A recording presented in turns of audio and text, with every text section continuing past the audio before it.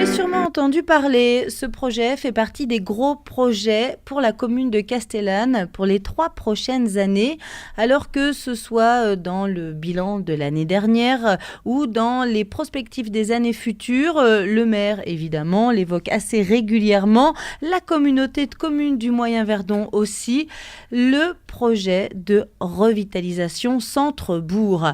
Alors ça c'est le grand nom, ça c'est le chapeau. À l'intérieur de ce projet-là, il y a plein de choses. Nous allons en parler aujourd'hui avec le chargé de projet de ce grand chantier. Et avant toute chose, nous allons évoquer d'abord ce qu'est le projet avant de parler de toi. Bonjour. Bonjour. Alors, le projet Revitalisation Centre-Bourg, c'était d'abord un appel de la part de l'État pour essayer de redynamiser un petit peu les centres des petits villages, des communes rurales sur le territoire français. Oui, le projet de Revitalisation Centre-Bourg entre en fait dans le cadre des objectifs de campagne en fait de François Hollande. Parmi ces objectifs, il y avait effectivement un intérêt porté au territoire rural qui, on s'en rend compte depuis déjà un certain nombre d'années, perdre de la population, du dynamisme au profit des grandes métropoles. François Hollande a décidé, avec les différents ministères qui s'occupent de ce projet-là, de lancer un appel à manifestation d'intérêt qui s'appelle donc Centre-Bourg, pour essayer de revitaliser les villages centres en fait. Alors le projet de Castellane a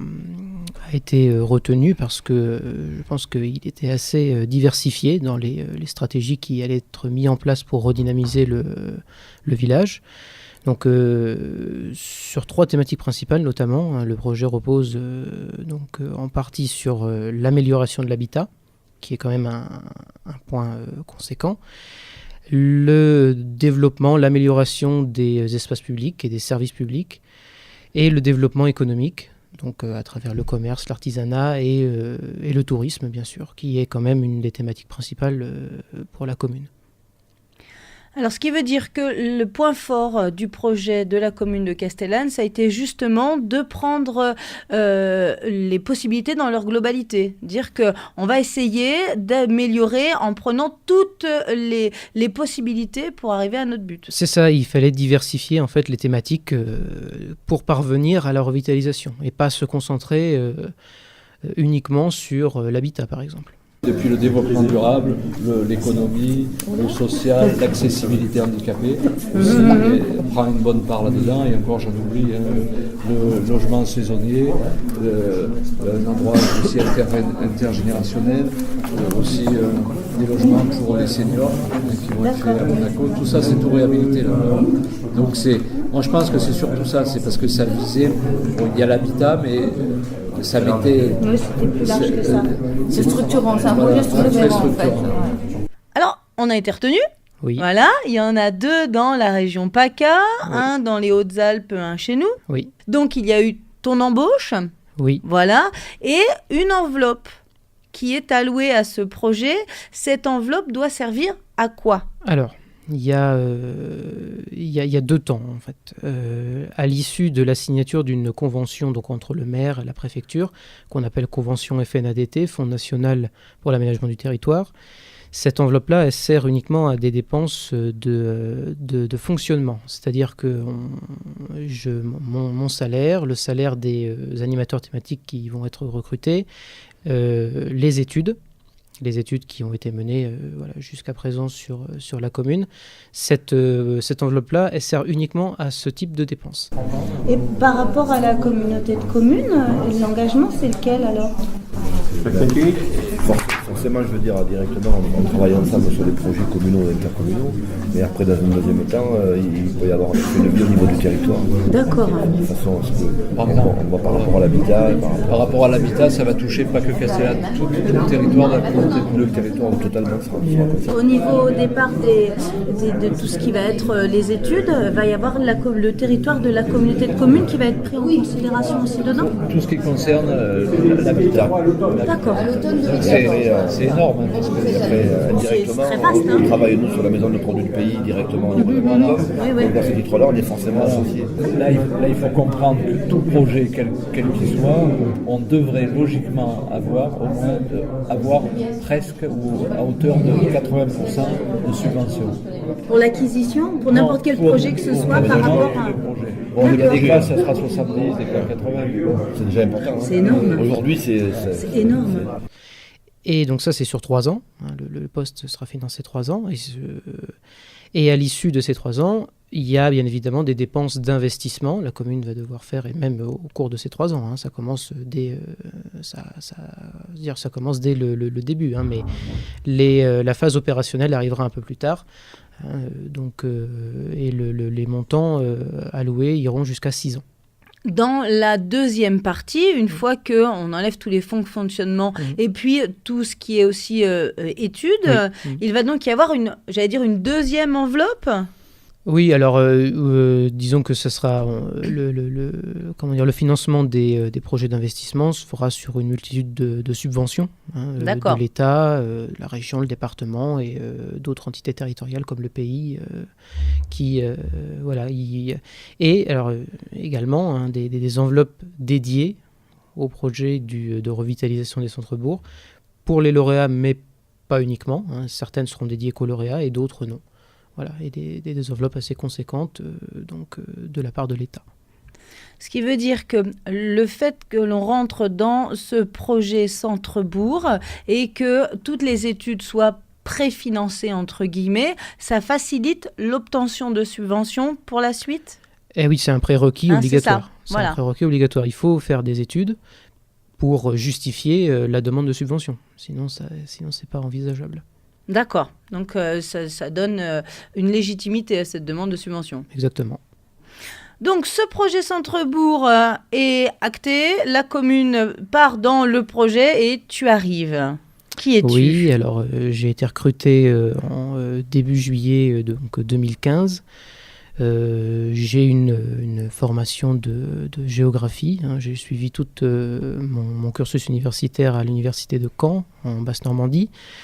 Et donc, ce cursus m'a permis d'obtenir un certain nombre de compétences, basées à la fois sur des connaissances théoriques et opérationnelles, notamment lors de ma dernière année de master, où j'ai pu me confronter vraiment à des aspects beaucoup plus opérationnels de l'aménagement du territoire, comme la réalisation de diagnostics territoriaux, notamment. Et donc, tu es sur Castellane pour 3 ans. Est-ce que c'est la première fois que tu travailles sur un projet de cette façon-là ? Alors, sur un projet aussi conséquent, oui, mais j'ai eu la chance d'avoir quelques expériences professionnelles avant d'arriver ici. 2 précisément, une au conseil général à l'époque, au conseil départemental de l'Eure, sur un projet de revitalisation économique, industrielle même plus précisément. Le premier gros dossier auquel tu t'es attaqué, c'est le problème du logement ? Alors oui et non. Disons que les 2 études préopérationnelles qui ont été menées jusqu'à présent sur Castellane concernaient effectivement le logement, mais ça ne m'a pas empêché en parallèle de commencer à préparer les autres thématiques, même si effectivement le logement m'a pris beaucoup de temps jusqu'à présent. Est-ce que tu as commencé par le logement parce que ça te semblait prioritaire ou simplement parce que le travail était peut-être un petit peu plus conséquent ou plus visible peut-être ? J'ai commencé par le logement parce que les 2 études qui ont été lancées dès mon arrivée, même un petit peu en amont, traitaient du logement. Donc naturellement, j'ai enchaîné sur cette thématique-là. Alors quels ont été les constats par rapport au logement sur le village ? Alors, il y a les 2 études en question. Une concernait la lutte contre l'habitat indigne. Donc, c'est un mot... indigne, un mot fort. Hein. C'est un mot fort.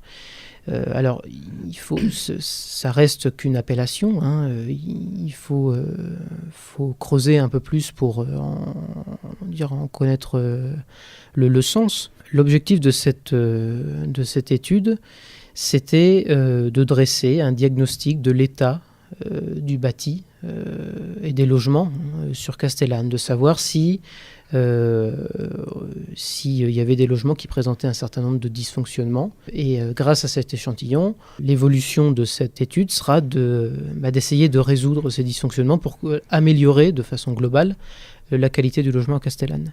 Et la deuxième étude, donc l'étude préopérationnelle habitat, elle consistait en la préparation d'une convention d'OPA, donc opération programmée d'amélioration de l'habitat. Les deux études, d'ailleurs, avaient pour objectif de préparer cette convention. Et le but, c'est d'établir cette OPA et d'aider les propriétaires privés à améliorer la qualité de leur logement et surtout aussi de proposer à des locataires des conditions de logement qui sont respectables des normes en vigueur. Il a fallu délimiter un petit peu des zones dans le village avant ? Oui, ça s'est fait en partenariat avec tous les partenaires qui travaillent sur le projet Centre-Bourg, les services de l'État, la communauté de communes, la commune. Et on a établi un échantillon des logements qui pouvaient potentiellement renfermer des dysfonctionnements, tout simplement. Vous allez contacter les propriétaires et voir comment ça va se passer là. Alors là, c'est déjà fait en réalité. Ça s'est déroulé de la sorte. La commune a mandaté un bureau d'études, le Pacte 04, pour réaliser donc des visites dans les logements présélectionnés en amont. Le pacte a rédigé son compte-rendu et l'a restitué à la commune et aux services compétents, notamment l'Agence régionale de santé.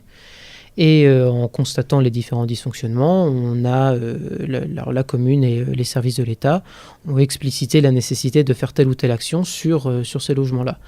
Et donc une partie de mon travail a consisté notamment à rédiger des courriers aux propriétaires, mettant en exergue les différents dysfonctionnements qui avaient été repérés en amont par le bureau d'études dans leur logement, et de leur demander de résoudre ces dysfonctionnements.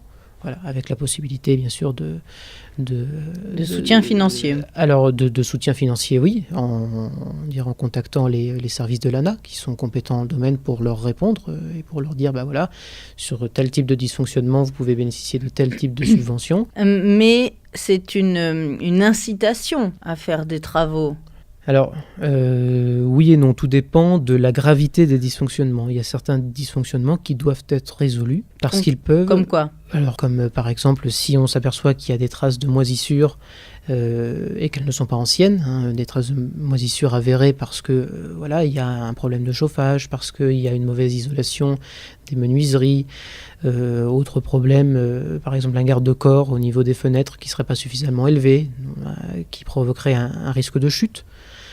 Tous les dysfonctionnements qui risquent de provoquer en fait un risque pour la santé ou pour la sécurité d'un locataire sont tenus, c'est la loi, sont tenus d'être résolus afin de protéger le locataire. On n'est pas sur des problèmes d'accessibilité à l'eau courante, d'eau usée ou ce genre de choses. Non, il n'y a pas eu de... Non, ça c'est des problèmes... à Castellane, il n'y en a pas de problème de ce type-là. En tout cas, pas dans les logements qui ont été visités. Ça, c'est encore un point à préciser. On n'a pas visité tous les logements de Castellane et ce n'est pas l'objectif, ce serait beaucoup trop conséquent. C'est se baser sur cet échantillon pour essayer de résoudre les dysfonctionnements.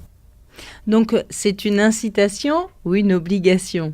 C'est suivant les problèmes qui ont été repérés à l'intérieur des logements ? Voilà, mais ça reste une obligation de toute façon. À partir du moment où on loue un logement, il faut qu'il soit aux normes, il faut qu'il respecte la législation en vigueur. Mais les normes actuellement, en ce qui concerne par exemple les normes d'isolation ou au niveau du chauffage, c'est des normes qui sont très très compliquées à mettre en place. Oui, mais alors ça c'est différent.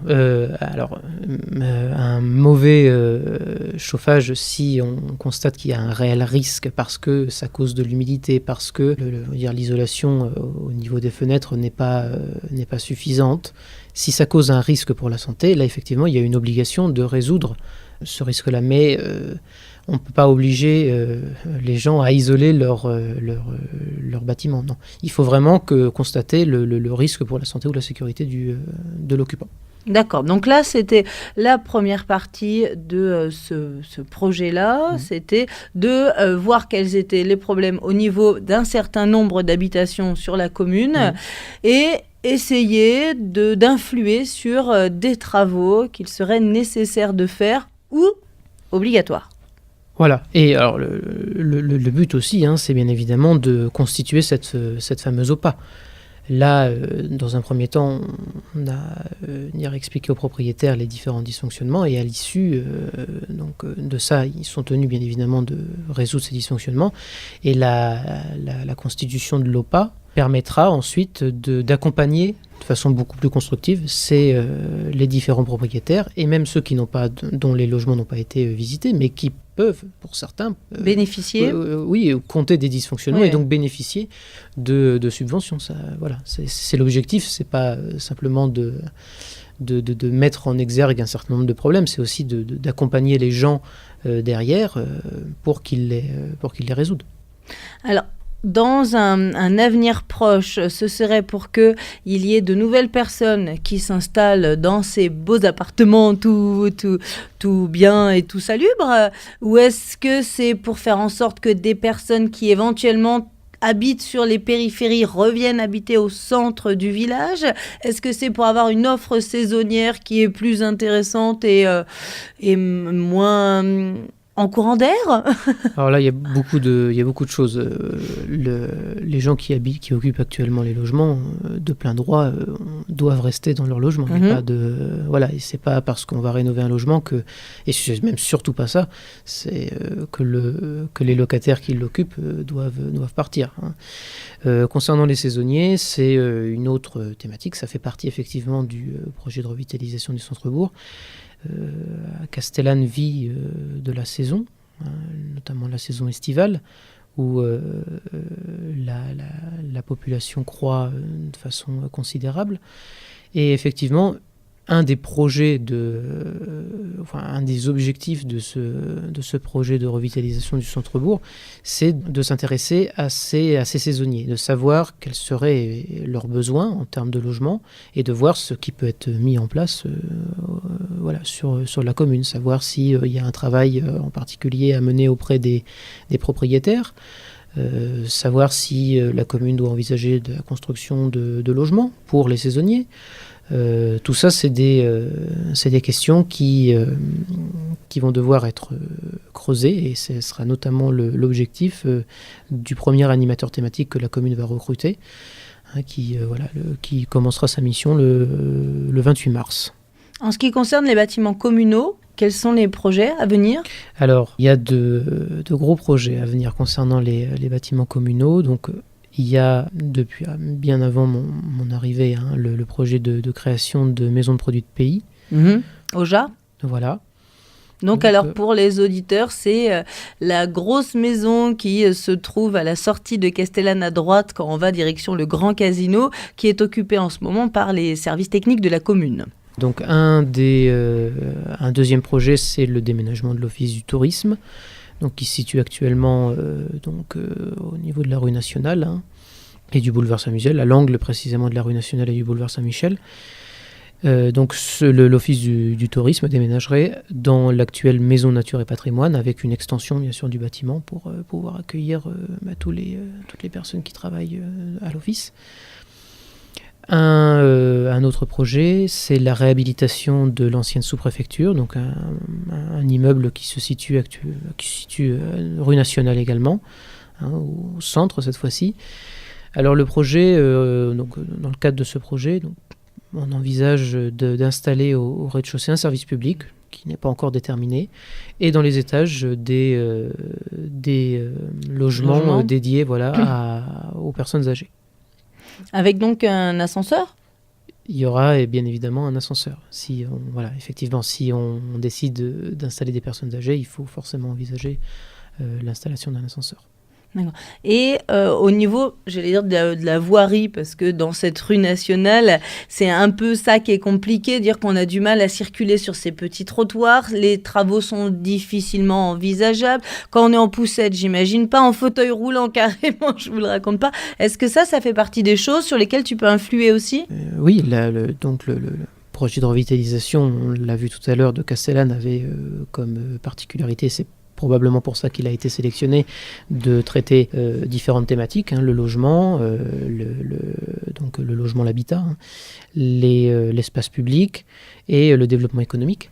Donc dans le cadre de l'espace public, il va y avoir la constitution d'un concours d'idées. Donc c'est une étude qui va être réalisée dans les mois à venir, qui va traiter 3 points concernant l'espace public. Donc, mais réalisé par qui par des bureaux d'études, par des architectes? Par des bureaux d'études, D'accord. qui sont généralement architectes urbanistes. Mhm. Donc je vais expliquer tout à l'heure brièvement le principe du concours d'idées, mais je termine avec la présentation.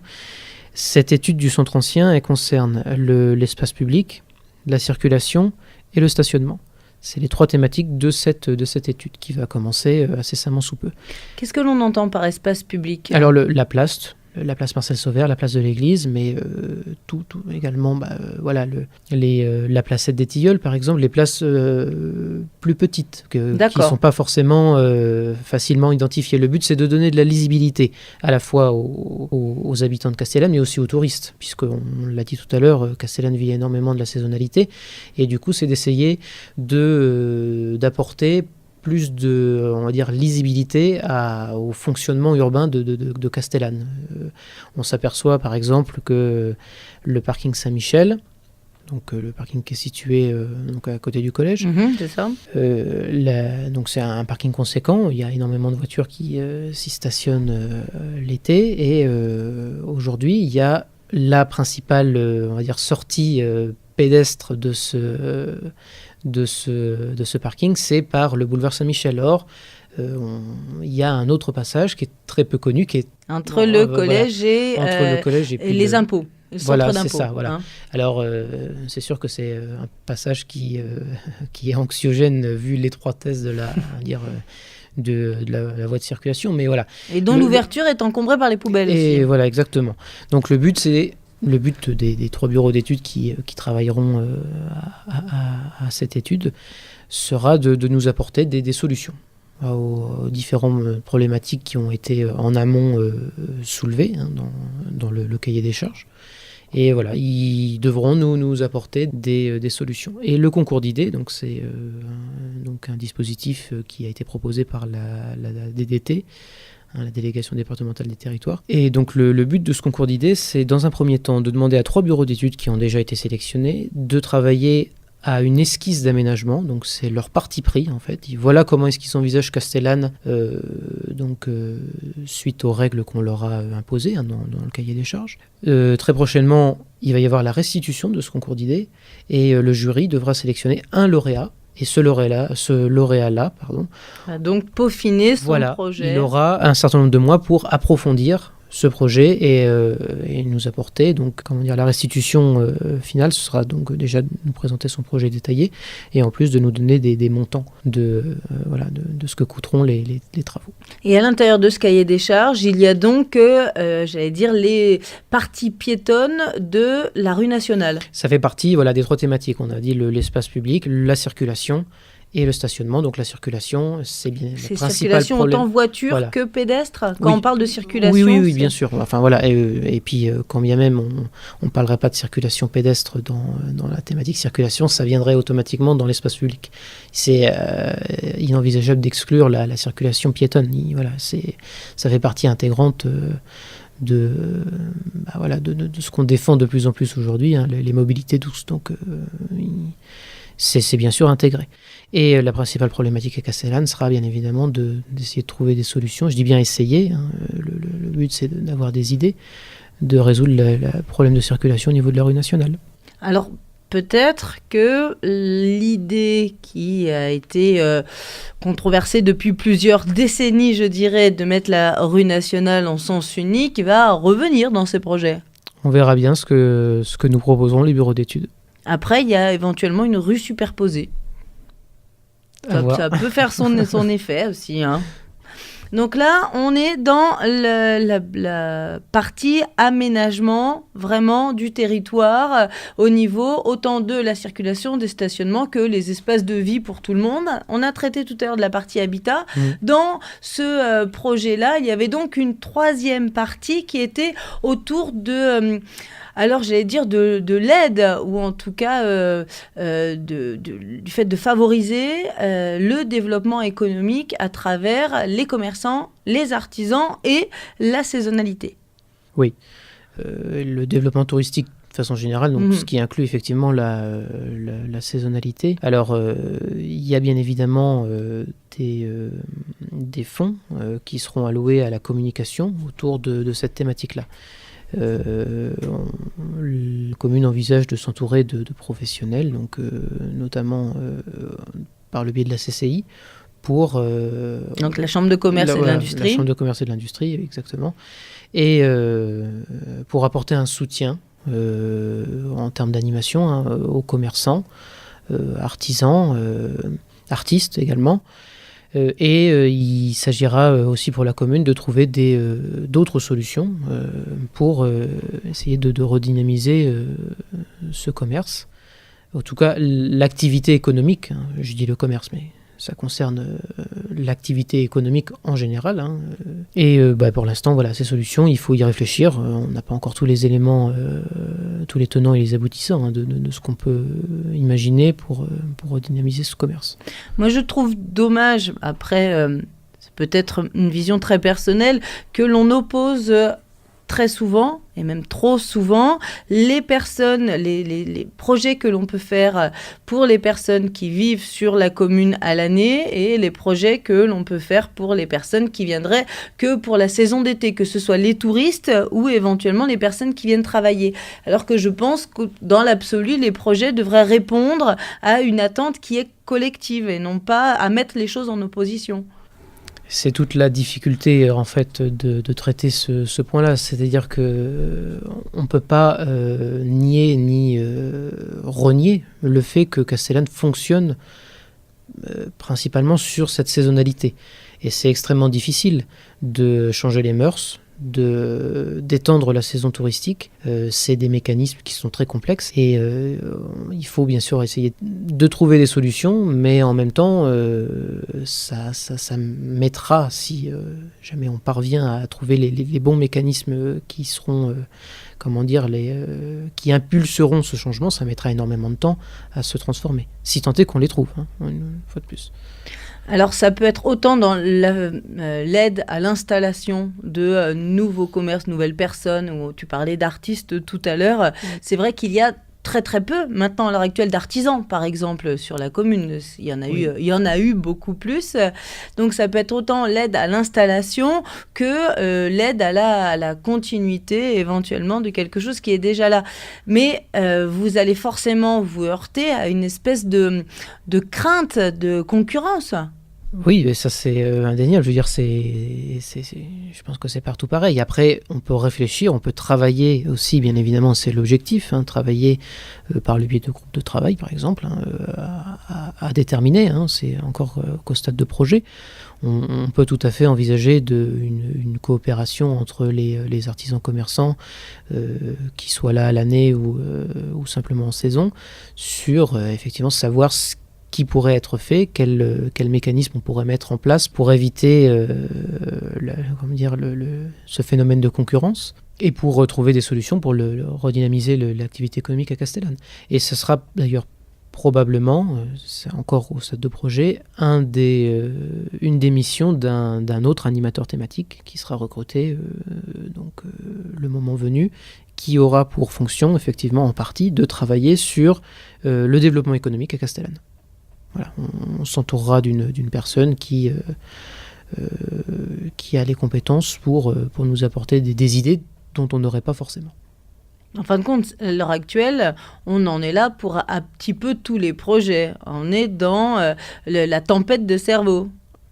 Oui, parce qu'on est encore au début du projet.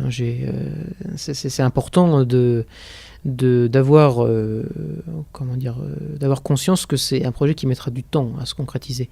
C'est pas sur 3 ans que j'espère que d'ici 3 ans il y aura des choses qui seront effectives et qu'on pourra voir, mais la restitution, on va dire, les résultats finaux de ce projet-là mettront du temps à se concrétiser. Même si au bout de ces 3 années, c'est-à-dire quand ton poste à toi arrivera à échéance, les travaux n'ont pas commencé concrètement, dans l'absolu, il y aura quand même tout qui sera fini au niveau des intentions ? C'est l'objectif, effectivement, c'est le but. C'est là le but de ces 3 années, c'est d'impulser les dynamiques, de préparer en fait le terrain de façon favorable pour que les projets puissent prospérer. C'est exactement ça, c'est un des objectifs de ces 3 années, de cette convention FNADT. D'accord, donc la convention qui a été signée avec la préfecture. Oui. Là, au niveau du calendrier, il se passe quoi ?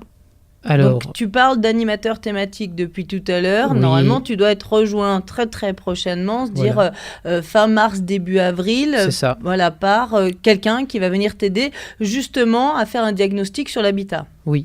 Alors, on pourrait se dire que les diagnostics sur l'habitat ont déjà été réalisés. Là, s'il s'agit d'un approfondissement suite à une remarque tout à fait justifiée d'un des bureaux d'études qui nous ont déjà restitué cette étude habitat, on s'est aperçu qu'il y a justement 3 populations sur lesquelles il serait intéressant d'approfondir en fait les résultats qui nous ont déjà restitués. Et ça va être effectivement l'objectif de mission de cet animateur thématique qui va être recruté effectivement fin mars pour 6 mois. Et il aura notamment pour fonction de travailler sur les besoins en termes de logement des personnes âgées, des saisonniers et des artisans, commerçants, artistes, savoir si ce serait par exemple pertinent de proposer à des artisans et à des commerçants un local commercial avec un logement au-dessus. Sur Castellane, à voir. Il faut approfondir. Pour l'instant, on ne peut pas. C'est d'où l'intérêt de faire des études. Pour l'instant, on ne peut pas en être sûr. Du coup, on ne peut pas engager de dépenses dans ce domaine-là. Il faut qu'on ait une certaine certitude. Donc là, dans le calendrier, prochainement, donc l'arrivée de cette personne-là qui va donc réaliser un diagnostic sur les 6 prochains mois. Et ensuite, au niveau calendrier, alors ? La restitution donc du concours d'idées, ça va être un temps fort pour la commune. Elle doit se réaliser à quel moment ? Alors, elle doit se réaliser le mercredi 17 février. Ah oui, donc c'est très très très très prochainement. C'est très prochainement. Donc à l'issue de cette restitution, on aura le lauréat qui travaillera pendant 8 mois sur l'approfondissement de l'étude du centre ancien, c'est-à-dire du stationnement, de la circulation et des places publiques et de l'espace public. Et qui va faire partie du jury ? Alors c'est un jury qui est composé majoritairement d'élus, les élus de la commission Centre-Bourg, donc des élus communaux. Et il y a également donc, la DDT, le département et la communauté de communes, et également le STAP, l'architecte des bâtiments de France, qui fera partie de ce jury-là. D'accord, donc là, le 17, la restitution du concours d'idées. Après, ils vont commencer à concrétiser un petit peu ce projet par rapport aux travaux, dans l'idée de commencer concrètement à creuser à quel moment ? Est-ce que tu as un souhait particulier, une volonté particulière à ce niveau-là ? L'idéal, c'est que... Alors, j'ai oublié juste un membre du jury, H2P, le bailleur social de Castellane, qui fera également partie de ce jury-là. C'est quand même important de le signaler. L'idéal, c'est qu'à l'issue de cette étude, qu'il y ait des choses qui puissent être engagées, bien évidemment. J'espère effectivement que... tout dépend, une fois de plus, des subventions dont on pourra bénéficier, mais peut-être qu'on peut envisager début 2017 les premiers travaux. Une fois de plus, c'est des suppositions. Oui. Y a pas, c'est pas du tout avéré comme fait. Donc ensuite, dans les mois à venir, est-ce qu'il va y avoir des dates précises qui vont faire avancer le projet ? Là, les 2 principales dates, c'est celle-ci, c'est la restitution du concours d'idées. Il y a probablement aussi, mais on n'a pas la date exacte, la signature de la convention d'OPA, qui est, je pense, très attendue, tout du moins je l'espère. cette convention d'Aupin permettra une fois de plus de mettre en place une vraie animation autour de l'amélioration de l'habitat. Et ça, c'est très important à Castellane. C'est très important, je pense. Est-ce que si les gens, bêtement, ont des idées ou des questions, est-ce qu'ils peuvent te contacter ou est-ce que le projet reste un petit peu clos par rapport à ce qui est possible ? Alors, concernant la communication et effectivement l'implication de la population dans ce projet-là, ce qui est fondamental. Parce qu'on parle beaucoup de ce projet, mais peu de personnes savent concrètement qui tu es, ce qu'est ce projet et ainsi de suite. Alors, il va y avoir je pense une stratégie de communication qui va être mise en place. Il faut savoir que dans le cadre de certaines études, notamment l'étude du centre ancien, il y a des réunions publiques qui seront envisagées pour que les habitants qui souhaitent en tout cas manifester un intérêt pour ce projet-là puissent faire entendre leur voix. Mais il y aura aussi, et je pense que c'est très intéressant, des groupes de travaux qui seront mis en place. Alors pour l'instant, il n'y a pas de date d'arrêté. Il faut essayer de construire quelque chose que ce soit constructif. Donc ça demande du temps de préparation pour que dans le cadre de ces petits groupes de personnes, qu'on puisse échanger de façon constructive sur la thématique de ce groupe de travail. Donc pour l'instant, c'est encore très, très opaque. Il n'y a pas de date d'arrêté, mais plus on évoluera dans le projet, plus la communication sera possible. C'était inenvisageable de communiquer de façon intensive avant d'avoir tous les tenants et les aboutissants des différentes thématiques qu'on souhaite développer. C'était pas envisageable. Donc là, plus le projet avance, plus on va pouvoir communiquer. Par exemple, lorsque le concours d'idées sera restitué, il sera tout à fait envisageable d'afficher de façon au public les esquisses des différents, du projet lauréat, parce que les autres ce ne sera pas nécessaire. Mais ils auront été retoqués de toute façon. Donc le projet lauréat, c'est fortement probable qu'on affiche effectivement alors là, une fois de plus, ça reste une esquisse d'aménagement. Ce qui sera affiché, ça ne veut pas forcément dire que ce sera exactement de cette façon-là. Ouais. Mais ça donnera tout de même une idée et ça permettra de voir aussi pour la population que le projet évolue. Donc dans les 2 ans et demi à venir, il va y avoir de toute façon une implication de la population possible. Oui, bien sûr, parce que c'est quand même un projet communal et je pense que c'est inenvisageable que la population ne soit pas impliquée dans ce projet-là. Donc oui, il y aura de la communication, je ne sais pas à quel moment, mais il y en aura de toute façon. Eh bien, merci beaucoup. Merci à toi. A priori, si le projet évolue, on ne sait pas encore comment, mais il va évoluer, on est amené à se retrouver. Ben oui, tout à fait. Bonne fin de journée. Merci.